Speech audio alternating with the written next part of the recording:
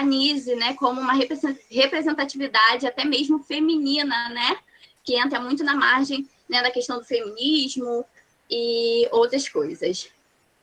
Bom, aqui eu coloquei em tópicos, basicamente, o que eu quero passar do meu trabalho, né, que o primeiro tópico é compreender o processo da teoria de Nise, né, relacionando arte e psicanálise como agentes precursores. Isso eu falei, né, no outro slide, né, que a arte e psicanálise vão ser os pontos principais, né, na mudança da psiquiatria, né, e analisar as contribuições do psicanalista Jung em relação ao inconsciente, né, que ele também proporcionou uma compreensão de mundo muito abrangente. Ele conseguiu, né, atingir a questão do inconsciente, a questão do interno dos pacientes. Então, ele conseguiu, né, desmembrar um pouquinho essa parte, né, da psicanálise. E o outro tópico é reconhecer a importância da criatividade, né, como um agente catalisador das emoções, junto à trindade feita, sensações, emoções e pensamentos, né, que é muito importante a gente reconhecer que a criatividade, ela é um agente que consegue catalisar as nossas emoções, as nossas sensações, os nossos pensamentos, né, a trindade, né, que são sensações, emoções e pensamentos. Bom, no capítulo 1, eu falo um pouquinho da história de Nise, como ela começa a sua teoria, como ela começa a desenvolver, né, esse amor pela psicanálise, esse amor por revolucionar. Então, primeiro, ela formou-se, né, na Faculdade de Medicina da Bahia. Ela foi a única mulher em uma turma composta por homens, né, e a primeira mulher formada em medicina, o que me deixa assim, muito feliz, porque ser a única mulher, né, que de uma turma composta por homens representa muito o feminismo, representa muito o símbolo da mulher, né, como a mulher pode chegar, né, em outros lugares, ela pode, né, ter a ascensão social que ela quer, e é muito importante, né, essa representação de Nise, né, que hoje é muito, muito importante, né, a gente reconhecer a representatividade dela como uma mulher que se dispôs, né, a revolucionar. E, seguindo, né, a sua teoria desenvolveu-se no Estado Novo.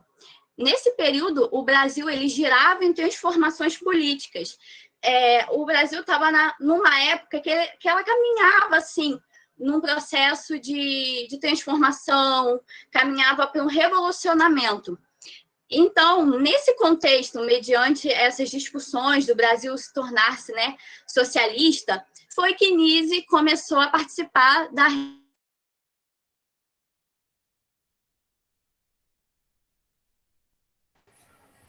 Então, minha gente, boa tarde para todo mundo que está aí. Na verdade, eu coloquei isso aqui no início porque a gente estava conversando anteriormente sobre como apresentar o trabalho. O Guilherme perguntou sobre a questão de se ele pode ter alguma coisa para ler. E eu falei, ó, a gente vai ter, de acordo com o nosso cronograma, vamos ter aulas para poder produzir esses slides.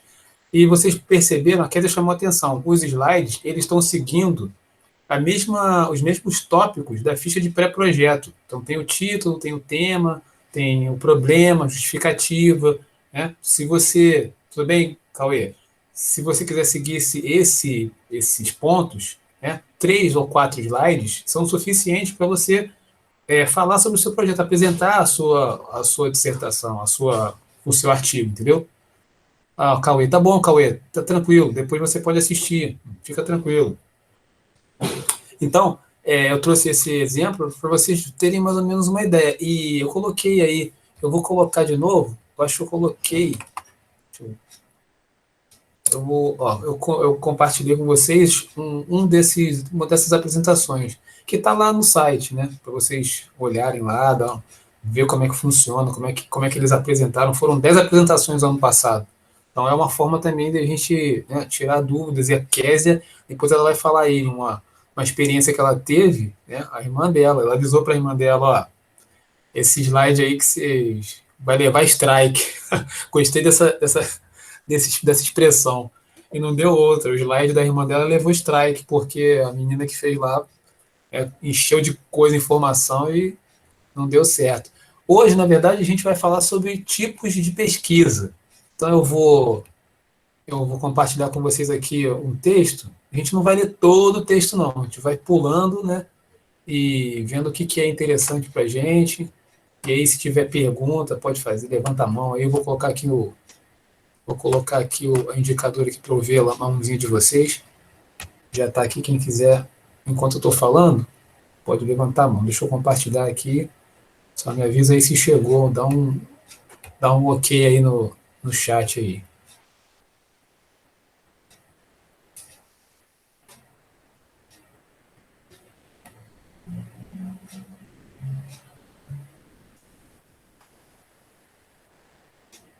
A Ana tem muita facilidade na expressão oral, né? Mas isso também por conta dos projetos, porque a gente sempre incentivava, né, quando estávamos na aula presencial, que naquelas apresentações de final de apresentação, né, de projeto de pesquisa, né, todos falassem um pouco. Nas aulas de filosofia eu sempre incentivei que todo mundo falasse um pouquinho do que leu, né? Então isso é uma forma de desenvolver para que chegue nesse momento, né, e você fale com tranquilidade, né, do seu trabalho, apresente o seu trabalho. Peraí, aqui eu corri errado. Então lá, como classificar as pesquisas? A gente vai ver os tipos de pesquisa, né?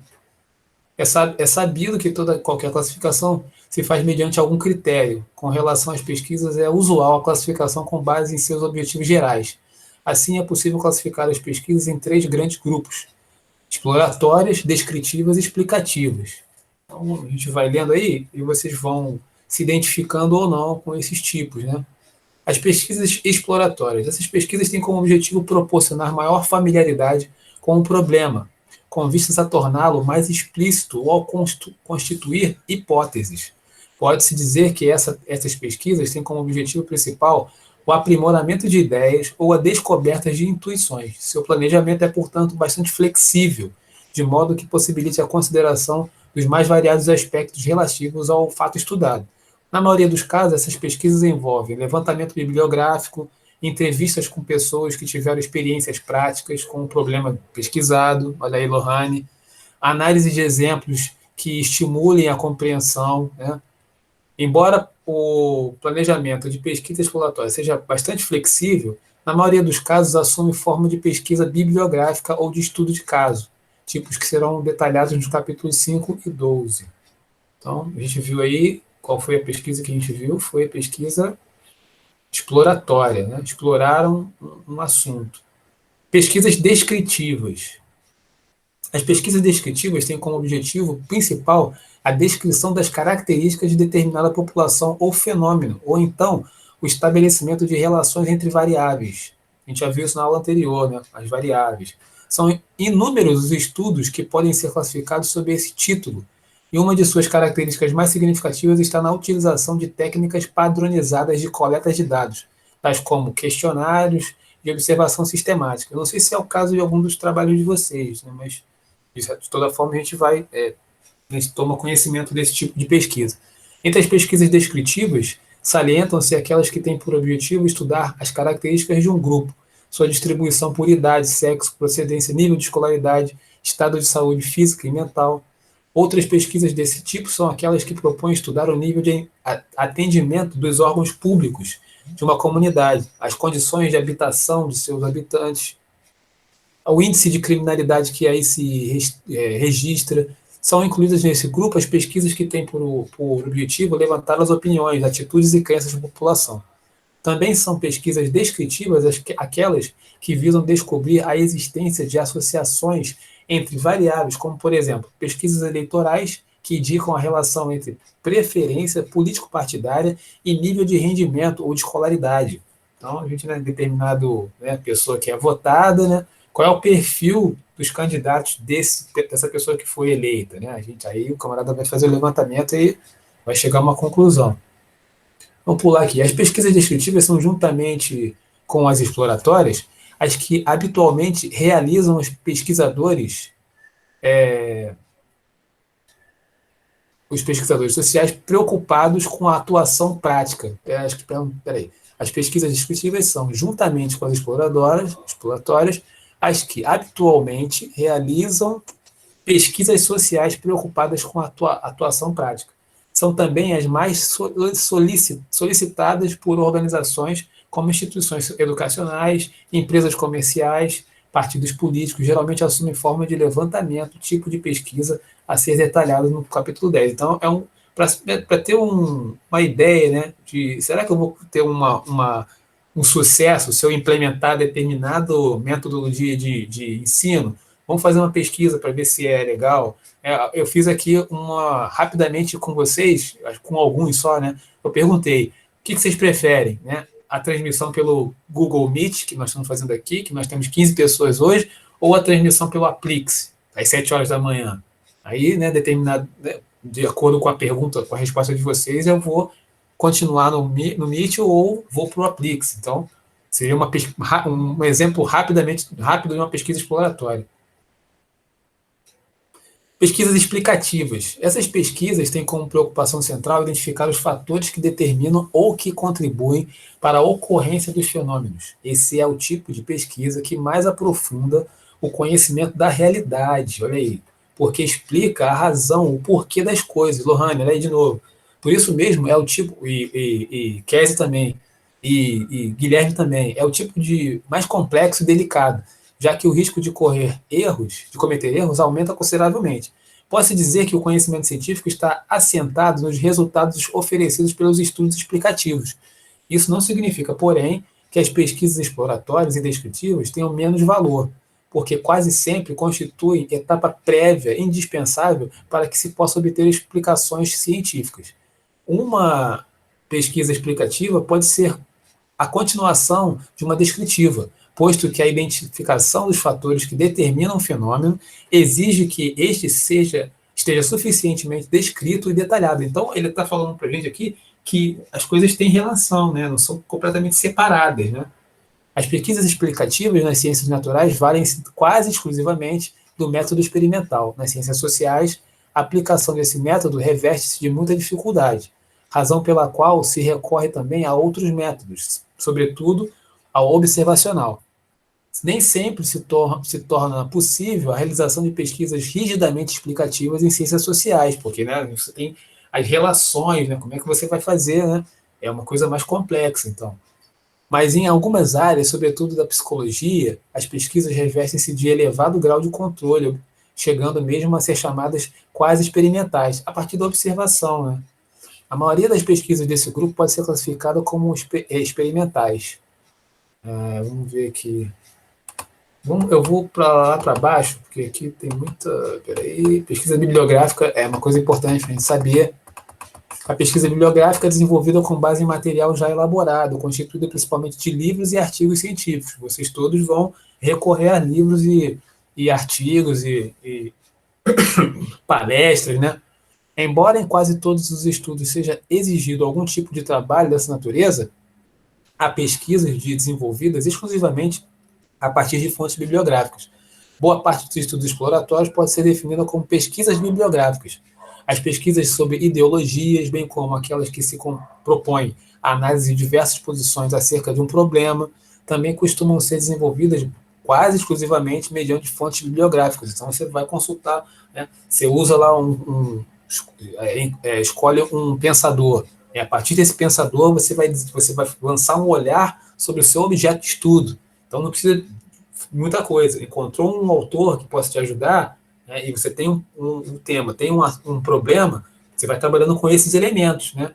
Feito isso, quando tiver, né, o seu caldo estiver bem bacana, bem feitinho, se tiver um texto bem legal, você pode trazer outras contribuições, né? Os livros constituem as fontes bibliográficas por excelência, em função de sua forma de utilização. Podem ser classificados como de leitura corrente ou de referência. Os livros de leitura os livros de leitura corrente abrangem as obras referentes aos diversos gêneros literários, romance, poesia, teatro, e também as obras de divulgação, isto é, as que objetivam proporcionar conhecimentos científicos ou técnicos. Livros de referência, também denominados livros de consulta, são aqueles que têm por objetivo possibilitar a rápida obtenção das informações requeridas ou, então, a localização das obras que as contêm. Dessa forma, pode-se falar em dois tipos de livros de referência. Livro de referência informativa, que contém informação que se busca, e livro de referência remissiva, que contém outras fontes. Acho que isso se relaciona com o que o Guilherme tinha perguntado, né? De fontes primárias e fontes secundárias, né? Os principais livros de referência informativa são os dicionários, enciclopédias, anuários e almanac. Os livros de referência remissiva podem ser globalmente designados como catálogos. São constituídos por uma lista ordenada de obras de uma coleção pública ou privada. Há vários tipos de catálogos, que podem ser classificados de acordo com um critério de disposição de seus elementos. Os tipos mais importantes são alfabéticos, por autores, alfabético por assunto ou sistemático. Nesse último, as obras são ordenadas segundo as referências lógicas de seu conteúdo. Aqui ele está especificando, né, o tipo, né, de referência bibliográfica. E se vocês depois quiserem ler. A pesquisa documental, acredito que, eu não sei se, talvez o Guilherme se interesse por isso aqui. Pesquisa documental assemelha-se muito à pesquisa bibliográfica. A diferença essencial entre ambas está na natureza das fontes. Enquanto a pesquisa bibliográfica se utiliza fundamentalmente da contribuição de diversos autores sobre determinado assunto, a pesquisa documental vale-se de materiais que não recebem ainda um tratamento analítico, ou que ainda podem ser reelaborados de acordo com objetos de pesquisa. Desenvolvimento da pesquisa documental segue os mesmos passos da pesquisa bibliográfica. Apenas cabe considerar que, enquanto na pesquisa bibliográfica as fontes são constituídas, sobretudo por material impresso, localizado nas bibliotecas, na pesquisa documental as fontes não são muito diversificadas e diversas. Há, de um lado, os documentos de primeira mão, olha aí, Guilherme, que não recebem nenhum tratamento analítico. Nessa categoria estão os documentos conservados em arquivos de órgãos públicos e instituições privadas, tais como associações científicas, igrejas, sindicatos, partidos políticos. Inclui-se aqui os inúmeros outros documentos, como cartas pessoais, diários, fotografias, gravações, memorandos, regulamentos, ofícios e boletins. Então, são os tipos de material bibliográfico. Eu quero pular aqui para chegar pesquisa experimental. Vamos ver aqui. Eu acredito que tenha a ver com algumas das de vocês. De modo geral, o experimento representa o melhor exemplo de pesquisa científica. Essencialmente, a pesquisa experimental consiste em determinar um objeto de estudo, selecionar as variáveis que seriam capazes de influenciá-lo, definir as formas de controle de observação dos efeitos que a variável produz no objeto. O esquema básico da experimentação pode ser assim descrito. Seja dizer o fenômeno estudado, que em condições não experimentais se apresenta perante os fatores A, B, C e D. Então, você tem um objeto, né? E quais são os fatores que influenciam nesse objeto. Primeira prova consiste em controlar cada um desses fatores, anulando a influência para observar o que ocorre com os restantes. Aí ele vai dar um exemplo aqui, mas isso aqui ele complexificou muito, né? A gente vai fazer uma coisa mais simples. Deixa eu ver aqui. Esse aqui não. O estudo de corte, eu acredito que não.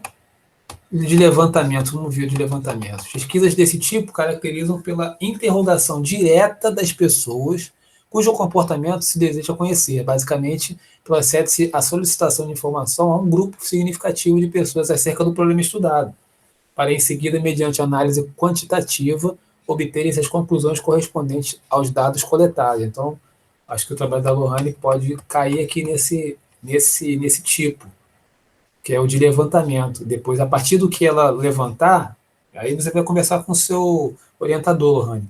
A partir da coleta que você fizer, aí você pode partir para a construção do seu texto. Mas isso vai ser uma coisa que você vai conversar com o seu orientador. Quando o levantamento recolhe informações de todos os integrantes do universo pesquisado, tem-se um censo.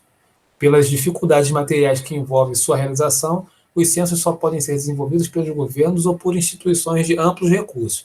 São extremamente úteis, pois proporcionam informações gerais acerca das populações, que são indispensáveis em boa parte das investigações sociais. Então, aqui ele está falando de um grupo maior, né? No caso das nossas pesquisas aqui, você vai restringir aí a um grupo menor a tua investigação, né? Quando for fazer sua entrevista. Então, aqui, conhecimento de alta realidade, economia e rapidez, qualificação entre as principais vantagens dos levantamentos estão o conhecimento direto da realidade, a economia e a rapidez e a quantificação. Então, esses elementos aí são importantes e aceleram, né, e aproximam o pesquisador daquele assunto que ele está tratando, né? Aí ele coloca aqui limitações também, né? ênfase nos aspectos perceptivos, pouca profundidade no estudo da estrutura e dos processos sociais, limitada apreensão dos processos de mudança, porque você vai se concentrar ali, né, no depoimento de alguém, você está restringindo. Mas eu acho que é interessante. Aí aqui, por último, o estudo de campo, que eu não sei se alguém vai fazer, né, mas é uma coisa que a gente pode dar uma olhada rapidamente. O estudo de campo apresenta muitas semelhanças com o levantamento. Distingue-se, porém, em diversos aspectos. De modo geral, pode-se dizer que o levantamento tem maior alcance e o estudo de campo maior profundidade.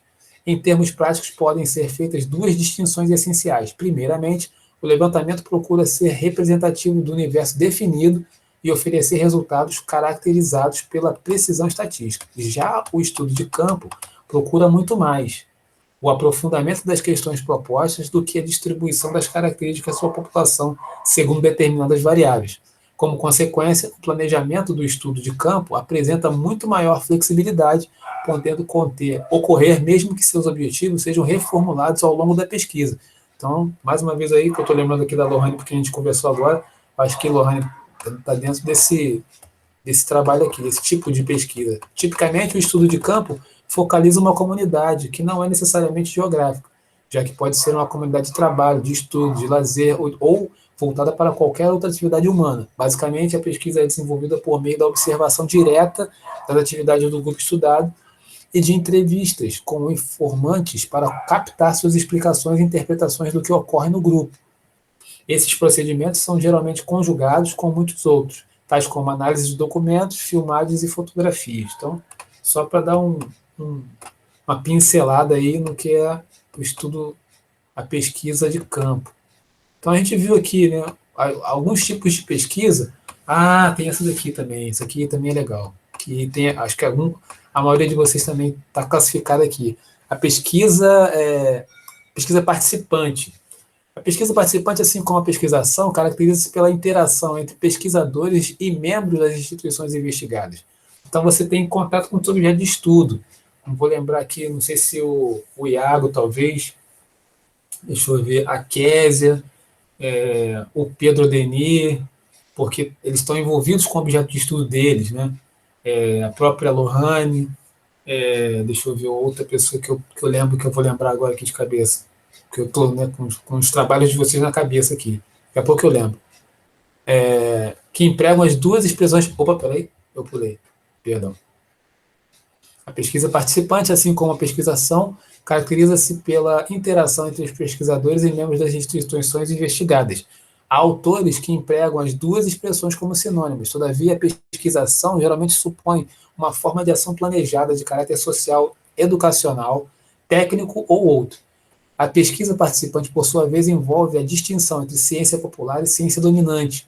Esta última tende a ser vista como uma atividade que privilegia a manutenção do sistema vigente e a primeira como um próprio conhecimento derivado do senso comum, que permitiu ao homem criar, trabalhar, interpretar a realidade, sobretudo a partir dos recursos que a natureza oferece. A pesquisa participante envolve posições valorativas, derivadas, sobretudo, do humanismo cristão e de certas concepções marxistas. Tanto é que a pesquisa participante suscita muita simpatia entre os grupos religiosos voltados para a ação comunitária.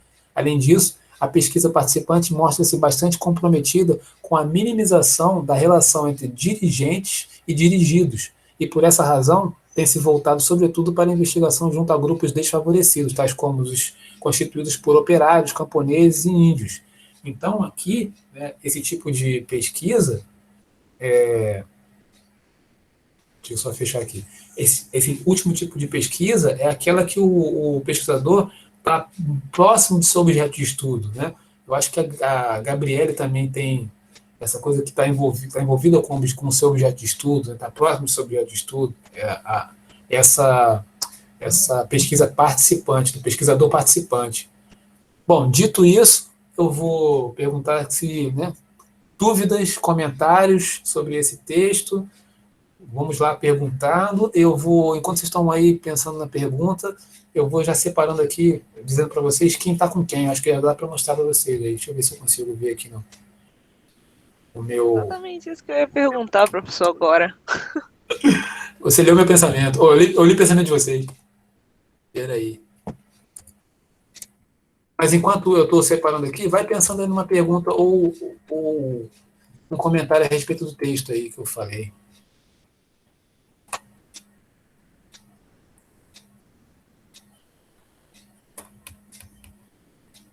Deixa eu ver se eu consigo compartilhar isso aqui, peraí.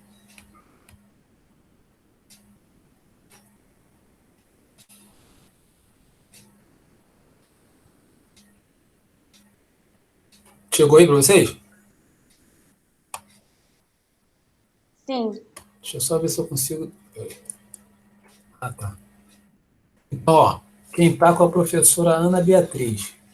Maria Eduarda Salvino Nini, Cauê Bezerra, Beatriz Becker, Maria Eduarda Lima, Maria Eduarda Almeida, Lohane Pereira, Giovana da Silva. Quem está com o Bernardo? Sofia Camille, Jéssica Guilherme e Rafael Borges. Quem está com o professor Celso? Ai, pulei. Gabriele, Pedro Denir, Daniel, Kathleen, Janine, João Vitor, Marcelo André. E quem está com a professora Juliana, Jéssica, Kézia, Iago, Franciele, é isso mesmo, Franciele, Isadora e Pietra. Correto aí, gente? Todo mundo feliz? Beleza. Professor, Oi. alguém daqui agora nessa aula deve ter o número do Michael que você estava pedindo aquela hora. Tá. Se vocês puderem aí entrar em contato com o Michael, pedir para ele preencher. Acho que eu só não falei o Matheus, né? O Matheus eu não falei. Porque, na verdade, eu não vi ainda a ficha dele. Ele falou que preencheu. Deixa eu dar uma olhada aqui. Eu consigo ver agora aqui. Matheus está aí hoje? Não, né? Entre nós? Matheus está entre nós? Não. Não. Não está entre nós. Então, peraí. Mesmo assim, eu deixo gravado aqui. Perdão. Algum comentário aí sobre o texto, gente? Pode falar enquanto eu estou procurando aqui. Pergunta, comentário. Kathleen, desculpa, eu ainda não te respondi. Lá o e-mail não tive tempo. Matheus está com Bernardo. Depois vou atualizar a lista. Matheus está com Bernardo. Só falta o Michael. Fala, Heitor. Oi, professor, boa tarde. Desculpa a demora que eu estava vendo a videoaula aqui no matemática, acabei perdendo a noção da hora, tá? Tranquilo. Desculpa aí, tá? Beleza. Celso. Iago, Kelly, fala. Provavelmente o Vitor vai entrar agora, que estava na rua, que eu falei com o senhor naquela hora. Ah, beleza, tranquilo. Fala, Iago.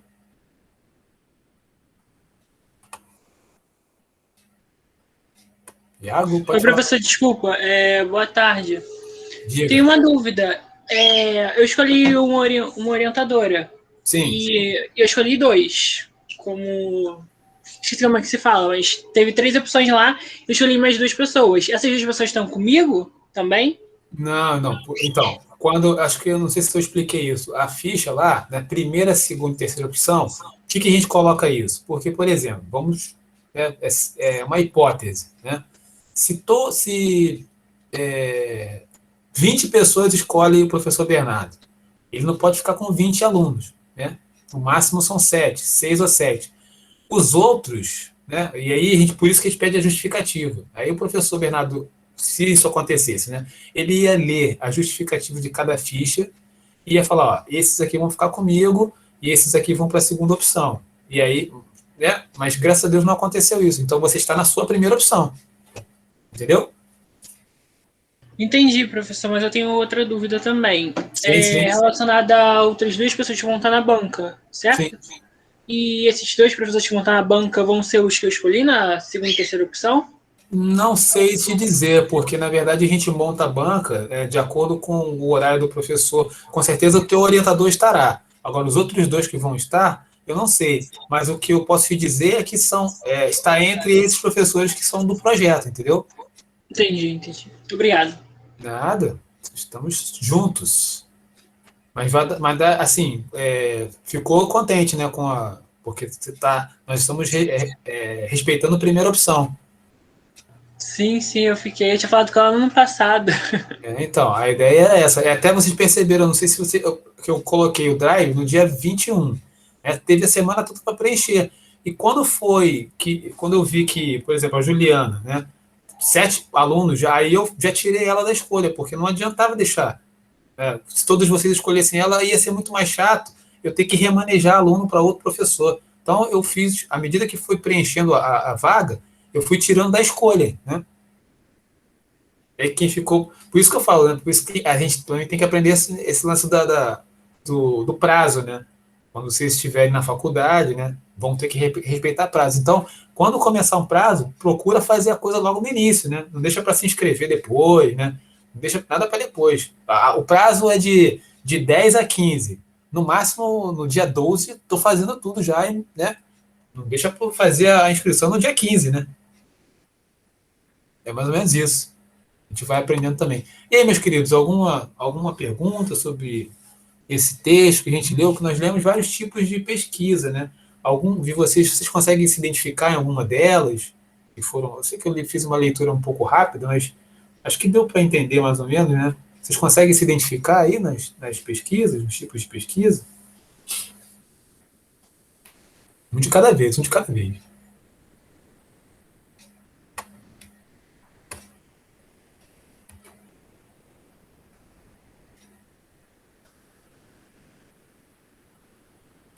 Oi, gente. Tá todo mundo aí? Ainda não?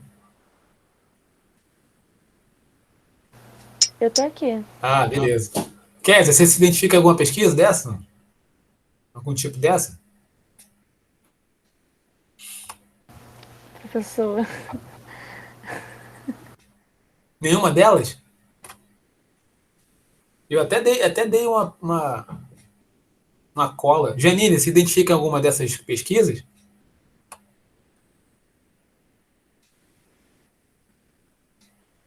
Nos ouve? Ai, professor, não sei. Eu não sei. Você não conseguiu perceber, não? Se você vai fazer uma pesquisa de campo, se a sua pesquisa é exploratória, se ela é descritiva. Eu tava pensando nesse negócio da pesquisa de campo. Seria tipo assim, de eu perguntar às pessoas e entrevistá-las, é isso? Essa pesquisa de campo? A pesquisa de campo ela pode ser feita por uma entrevista, mas isso não é necessariamente, não é assim, necessário fazer isso, né? Você pode fazer, por exemplo, uma pesquisa bibliográfica, que ele também diz ali, que a partir de livros, né, você pode fundamentar a tua hipótese a partir do estudo dos livros. Até um livro que eu mandei para você, do Abdias Nascimento, para você ler, já começar a ler, para de repente pensar em alguma coisa. É um livro que vai ajudar a você formular a tua questão, entendeu? Entendi. Que, na verdade, todos esses tipos que eu li, elas, de alguma forma, elas se encontram. Porque, por exemplo, ele fala lá no início do texto que as pesquisas exploratórias, elas dependem, né, de coisas anteriores, né? Tem lá no início do texto, ele fala sobre isso, né? Que você precisa fazer uma análise primeiro, para depois, né? E uma se completa com a outra, né? Elas não são estanques, né? Totalmente estanques. Então vai ter um pouquinho de pesquisa. Todos vocês vão fazer pesquisa bibliográfica, vocês vão ter que consultar, né? Eu botei lá na nossa pasta de pesquisa de projeto de intervenção em pesquisa, tem 2 pastas, material 1 e 2.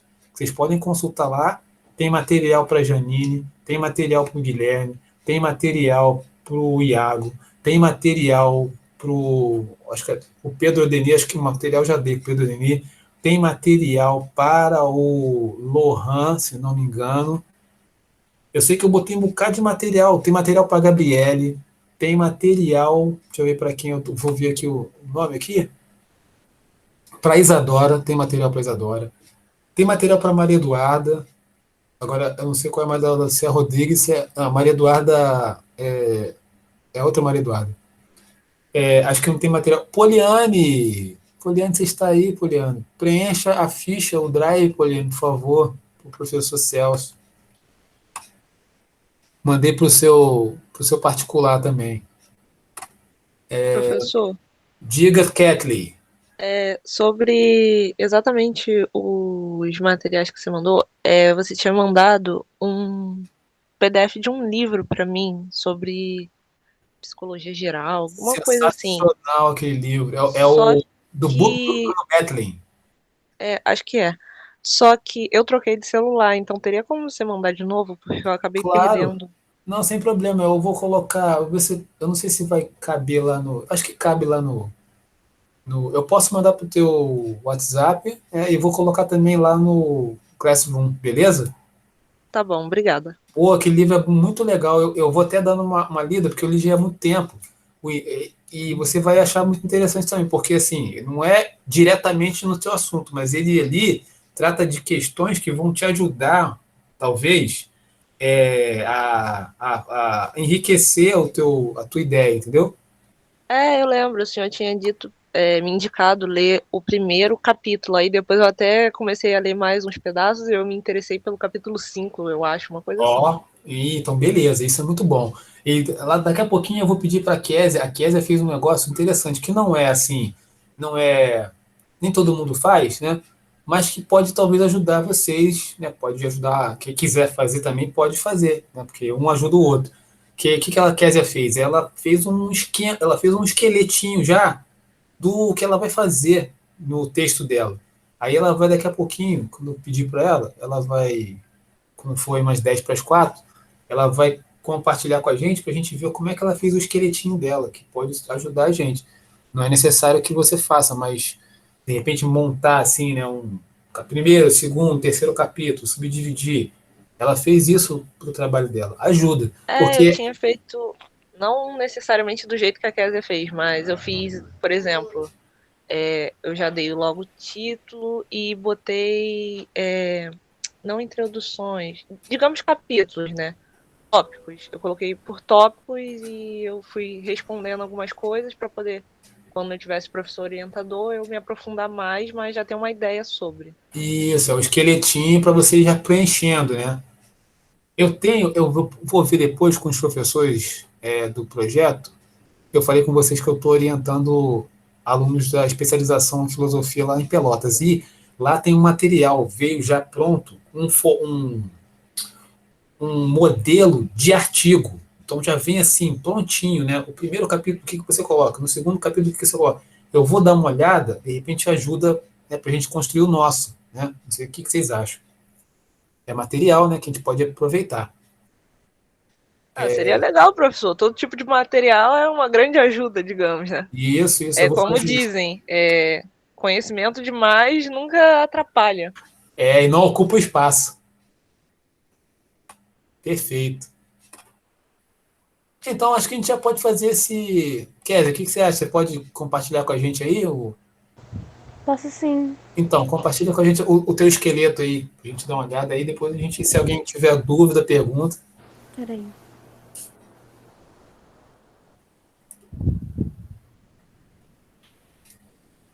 Vê se foi. Tá chegando, é porque demora um pouquinho mesmo. Chegou. Aí aumenta um pouquinho só, não aumenta muito não. Ai, calma aí, que tá com esse negócio aqui na frente. Foi? Só precisa aumentar um pouco. Mais um pouquinho. Aumenta muito? Não, tá bom. Agora desce um pouquinho. Isso aí. Tá vendo, ó?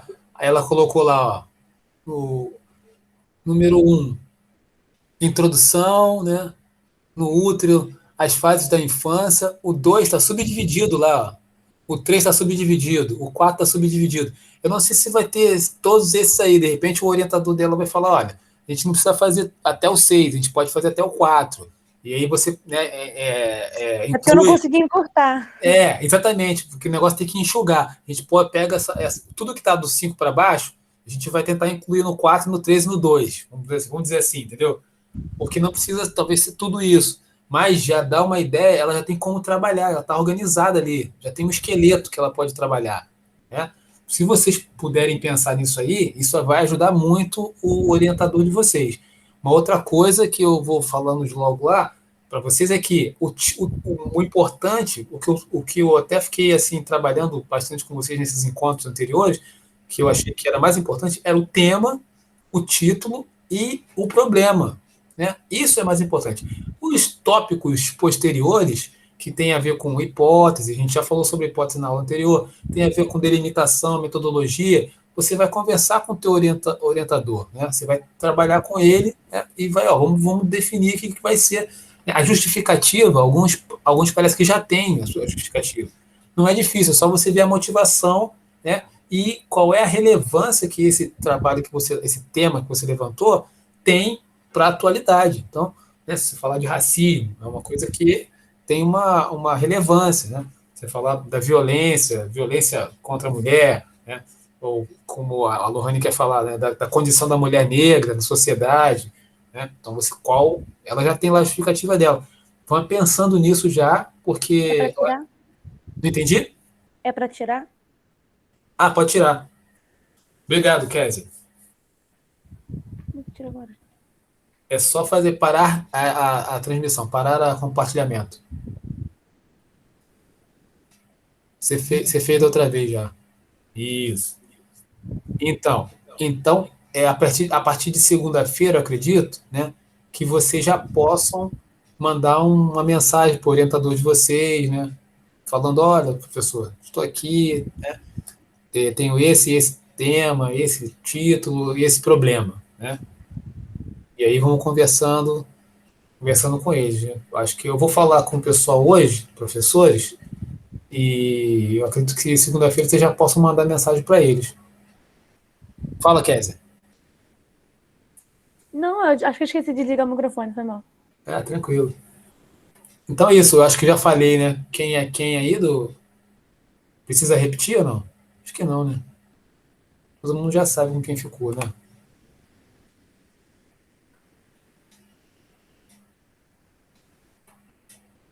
Só falta mesmo, se vocês conseguirem entrar em contato com o Michael, que eu não encontrei o telefone dele. É 3001 ele, ou não? 3002. 3002, mas eu vi na lista, ele não está no WhatsApp da 3002, professores. Pelo menos tem um número que está sem nome e sem foto. Não sei se é ele. Deixa eu ver aqui.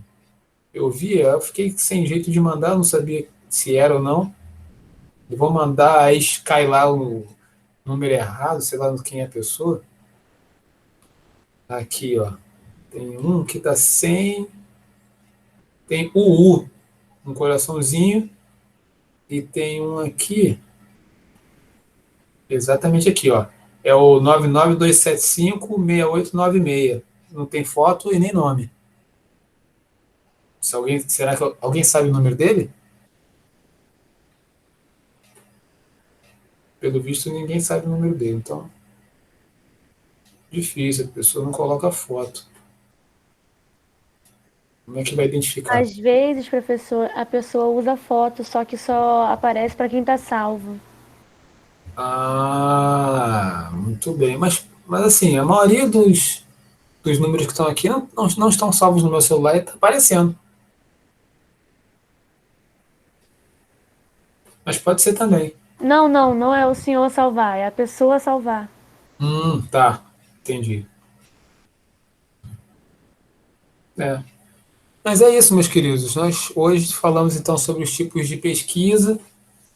Vocês já sabem com quem vocês estão, né? Nós vamos continuar com esses encontros, sextas-feiras, e vocês depois me digam, né, como é que tá, porque é preciso também que eu saiba como é que vocês estão com os orientadores de vocês, né? Para a gente poder ir levando. E só para fechar aqui nosso encontro de hoje, queria compartilhar com vocês rapidamente, porque nós somos muito, muito organizados, aqui é o nosso plano. Já vou responder, peraí. Hoje nós estamos, então, na última aula de maio. Nós tivemos a aula importância da pesquisa, como construir um problema, o que é a hipótese, foi a aula anterior, e hoje falamos sobre os tipos de pesquisa. Na coluna aqui do lado, a gente tem lá, dia 20/5, né? A gente está tratando o pré-projeto, né, resumido, com a proposta do orientador, e dia 27 seria a divulgação da listagem dos orientandos por orientador. Então, hoje, dia 28, né, estou com um dia de atraso aí da divulgação dessa lista, mas já conseguimos, graças a Deus. Semana que vem já, então teremos a aula sobre pesquisa qualitativa. Qualitativa e quantitativa, acho que ela fala sobre os dois tipos.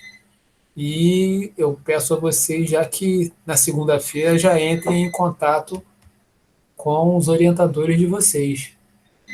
Beleza? Uma outra pergunta que eu vou fazer aqui para vocês responderem, todo mundo no chat aí. Google Meet ou Aplix, a transmissão? Vocês preferem que continue nesse horário? Google Meet, nesse horário aqui, 3 horas, ou Aplix no horário do quadro de horários? Google Meet. Nesse horário, 15 horas. Pra mim, Google Meet, ó. Iago falou Meet, Guilherme falou Meet também. Com certeza. Felipe Meet também. Janine Meet. Tá. Professor, então, ontem Bernardo estava dando aula no Aplix. Pode ir respondendo aí, enquanto eu quero estar falando. Ele precisou de ajuda, Aldemir, no caso, teve que ajudar ele, porque o Aplix, ele pode até ser uma plataforma que não consuma dados e coisa e tal, mas é muito confuso, muito, sabe? E aí, eu necessariamente prefiro o Meet. É bem mais fácil, mais coisa. Até para entrar é difícil. Ô, Catherine, mas eu estava falando com o professor agora mais cedo que o Bernardo usou porque ele estava na escola. É um negócio que estava dando dados novos dele. Entendeu? Porque lá em cima está sem internet, né? Que falaram. Então, como estava sem Wi-Fi, ele começou a usar dele. Para não gastar a internet dele, ele abriu o Aplix. O Heitor ia falar. Entendi. Heitor, pode falar. É questão do Aplix não consumir dados. Cara, eu fui usar na primeira vez, assim, e eu precisei usar meus dados mesmo. Não sei como que as pessoas estão conseguindo usar sem os dados, entendeu? E outra, eu não sei por que o governo criou o Aplix, cara. Porque o Google Classroom, ano passado tava meio desorganizado, mas, tipo assim, a gente podia ver o que tava desorganizado e melhorar esse ano para poder dar uma plataforma maneira, entendeu? Em vez de, sei lá, bagunçar mais ainda. Eu acho que o Aplix deu uma bagunçada, sabe? Na verdade, não é que tenha bagunçado, é porque ele tem limitações. Então, por exemplo, eu não posso fazer o que eu faço aqui com vocês, de reunir uma galera e gravar a aula para vocês depois assistirem. No Aplix, na transmissão, eu tenho que abrir por turma, não tem gravação, e inicialmente não estava nem funcionando o chat direito. Então, a gente perde tempo, né? Fala, Kézia. Pode falar, Kézia.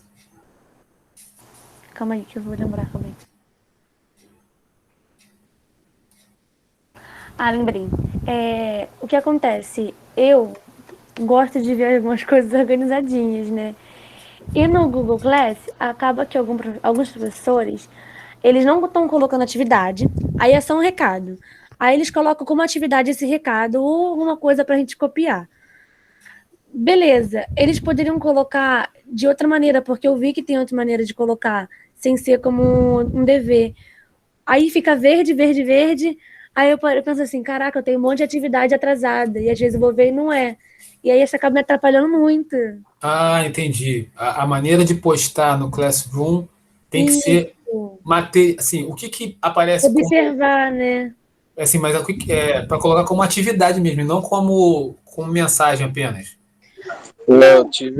O que acontece? Não, então pode falar. Não, eu ia falar que eu tive uma dificuldade eu fiquei com nota vermelha eu não sei se foi por causa disso, né? Mas, tipo assim, eu fui entregar as coisas de Ana Lúcia, aí lá no Classroom só tinha a boas-vindas ao ano 2021 e entrega da apostila 3 e 4. Eu não sabia se eu podia jogar a apostila 1, 2 ali também, entendeu? Aí, Tá. sabe, também tava meio enrolado, tava meio bagunçado. Sim, mas olha só, mas na dúvida, vocês anexam onde há possibilidade, porque, né, eu sei que tem uma maneira de postar que vocês não conseguem anexar Mas trabalhos. a questão que eu tô falando não é essa, não. Deixa eu tentar abrir aqui uma coisa para eu ler. O que eu tô falando? Por exemplo, o Elismar de Física, ele postou um novo material. Sim. Aí, nesse novo material, escrito um novo material, a gente não precisa entregar nada. É só pra gente ler, a gente quiser anotar e tal, mas Sim. não precisa entregar nada. Aí, às vezes, o professor quer postar algum material e não bota como material. Aí fica como atividade. Aí eu vou olhar, fica um monte de coisa verde, eu penso, caraca, tem muita coisa atrasada. E às vezes Então, não é. peraí, já entendi. Então, foi exatamente o que eu falei no início. Tem que definir como faz a postagem, né? A postagem de atividade, ela aparece para você fazer. A postagem de pergunta, né, é uma postagem diferente, né? Cada postagem vai aparecer para você de uma forma, não é isso? Isso. Entendi. Então eu vou ver com o Marcos ou com a Líbia, né, para fazer essa orientação para os professores, né? Ter cuidado com a postagem, porque eu sempre posto assim, atividade.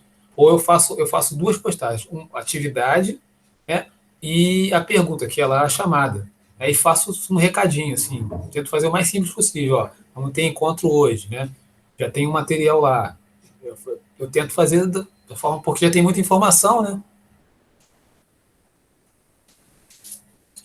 Se tiver alguma coisa com relação ao projeto e arte, pode falar aí.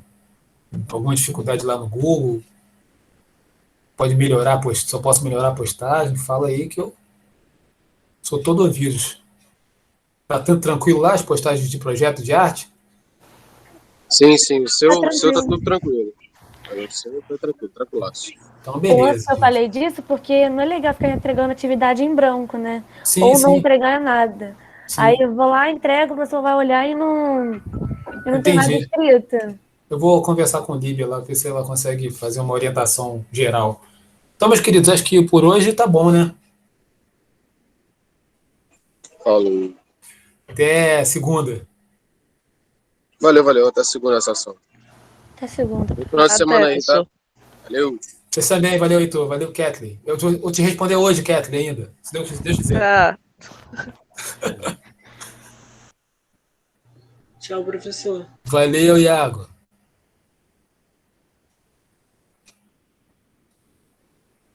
Poliana. Oi, professor, tchau. Responde lá o Boa tarde. drive. Tá, vou responder. Valeu. Iago falou que você me chamou, só que eu tive que sair rapidinho, aí eu não escutei. Então, só para responder Desculpa, o drive. tá bom? Tranquilo. Tá bom, vou responder. Valeu. Até a próxima.